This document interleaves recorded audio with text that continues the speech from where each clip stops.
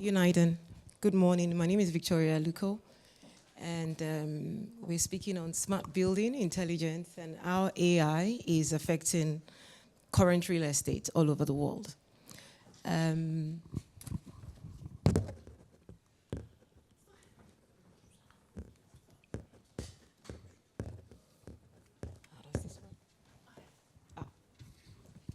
So we have the evolution of commercial real estate, why the industry must evolve. These are the topic for today.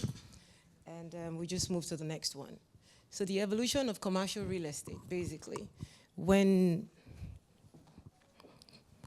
prior to now, we've had,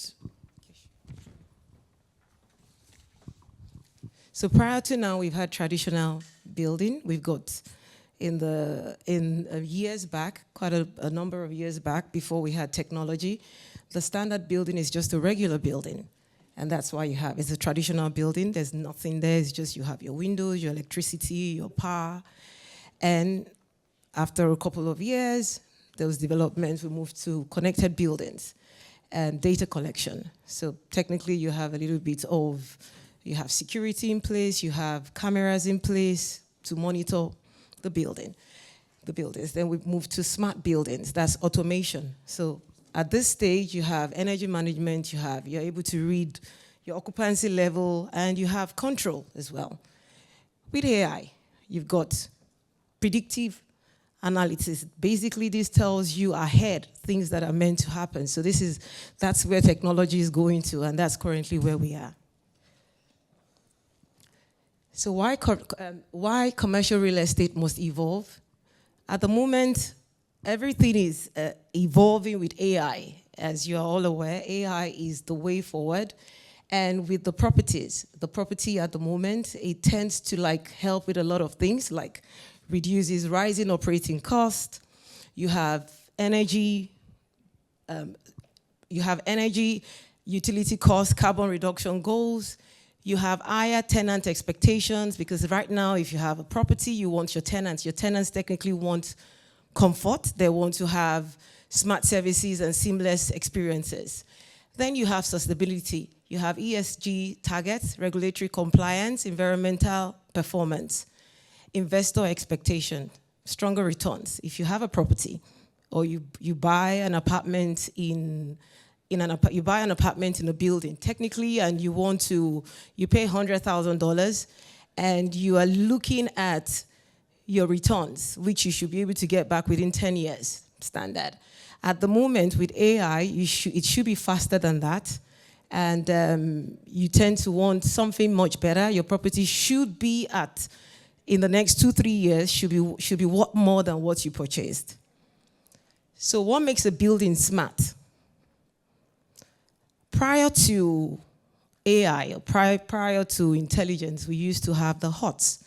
Before modernization, in the olden days, we had huts.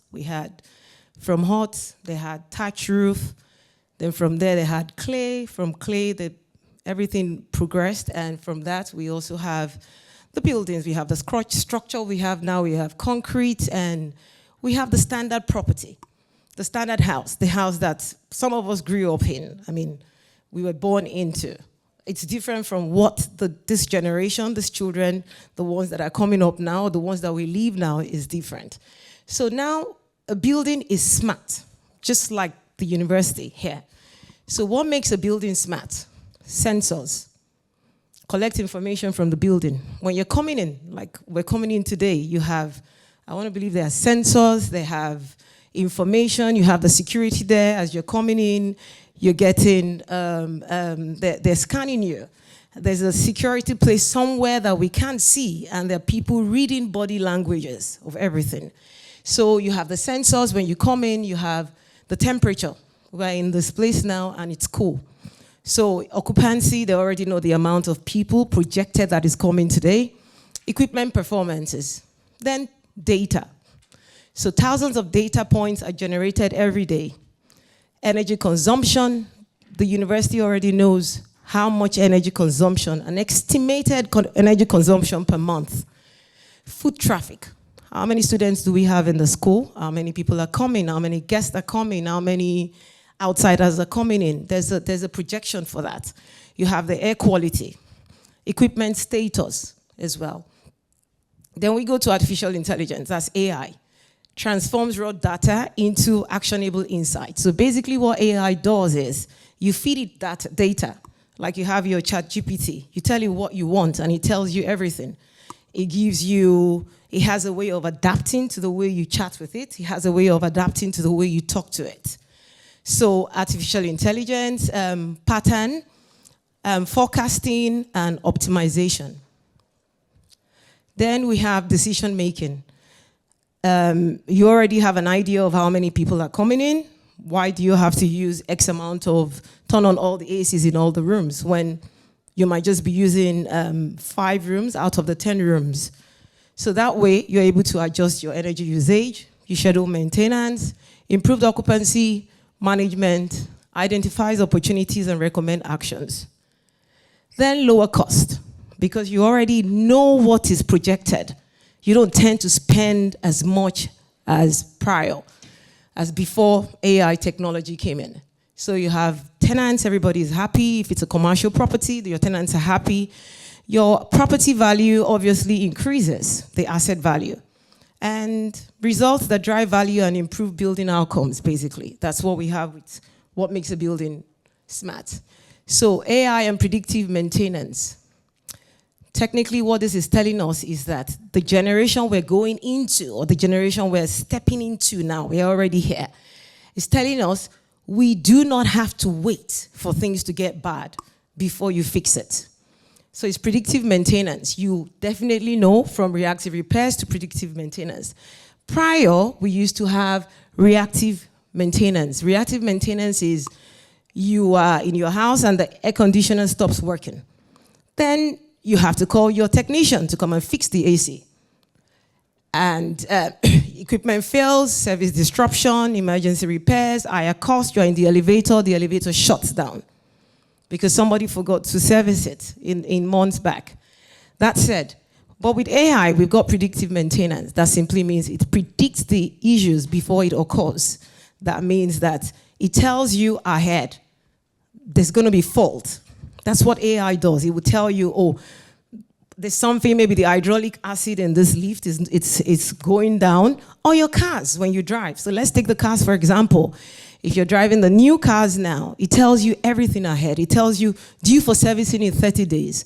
It tells you you're running out of maybe engine oil or something. So you already know it's about time for it to go. But prior to now, when you had the cars in the early 80s or 90s, there was nothing like that.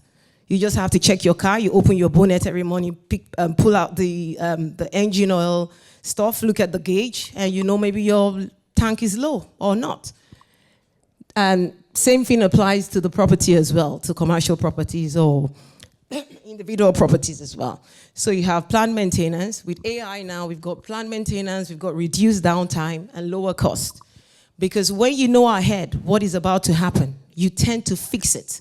You don't have to pay for call-out. You don't have to wait for anybody to come and help out. You already know exactly what you're doing. So that's predictive maintenance. So what does AI do again? Reduces cost while advancing sustainability. So you are technically, because you already have an idea of what is about to happen, it reduces everything that you have to do in a commercial property, including cost. So the challenge, high energy consumption, is one of the largest operating expenses in commercial real estate and even in our personal homes. You turn on the AC, you forget to turn it off before you go to work. You come back at the end of the month, your bill is high. So you have the HVAC system, you have lighting, you have water system, you have equipment. Energy can represent 20 to 40% of total operating expenses.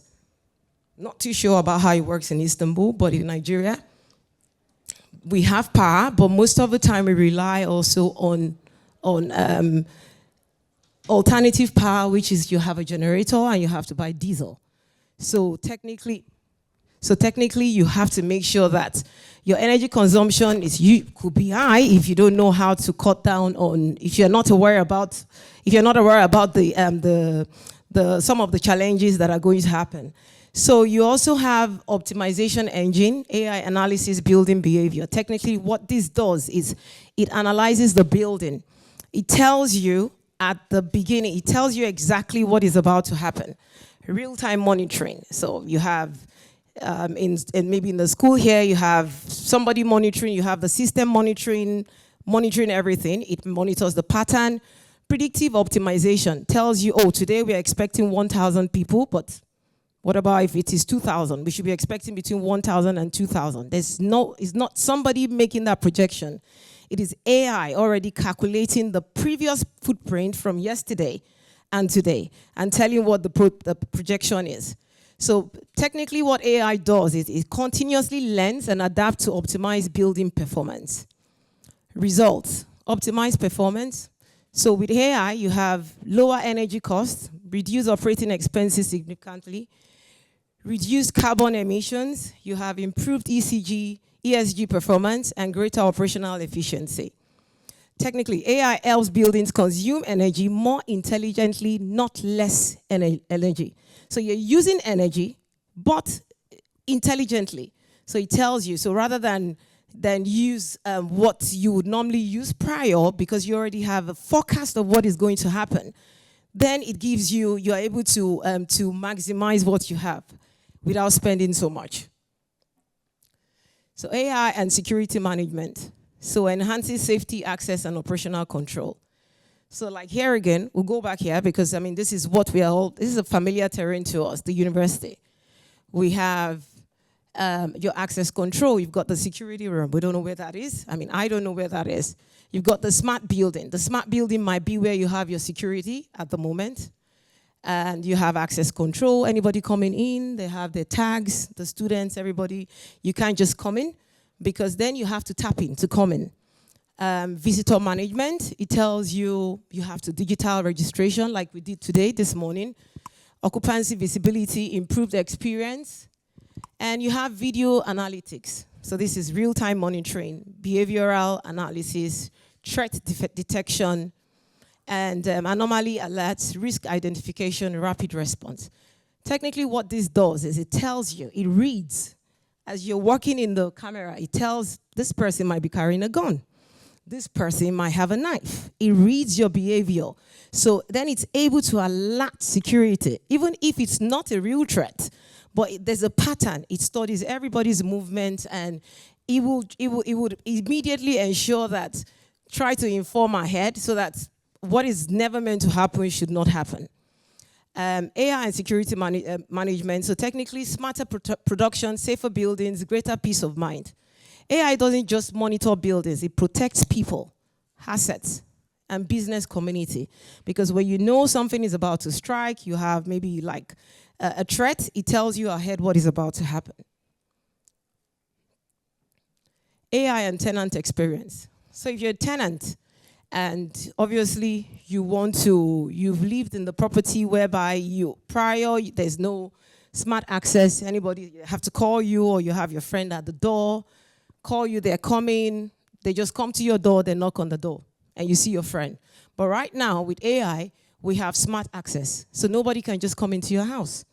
You have frictionless entry, you have enhanced security, faster building access, personalized environments, intelligent climate control.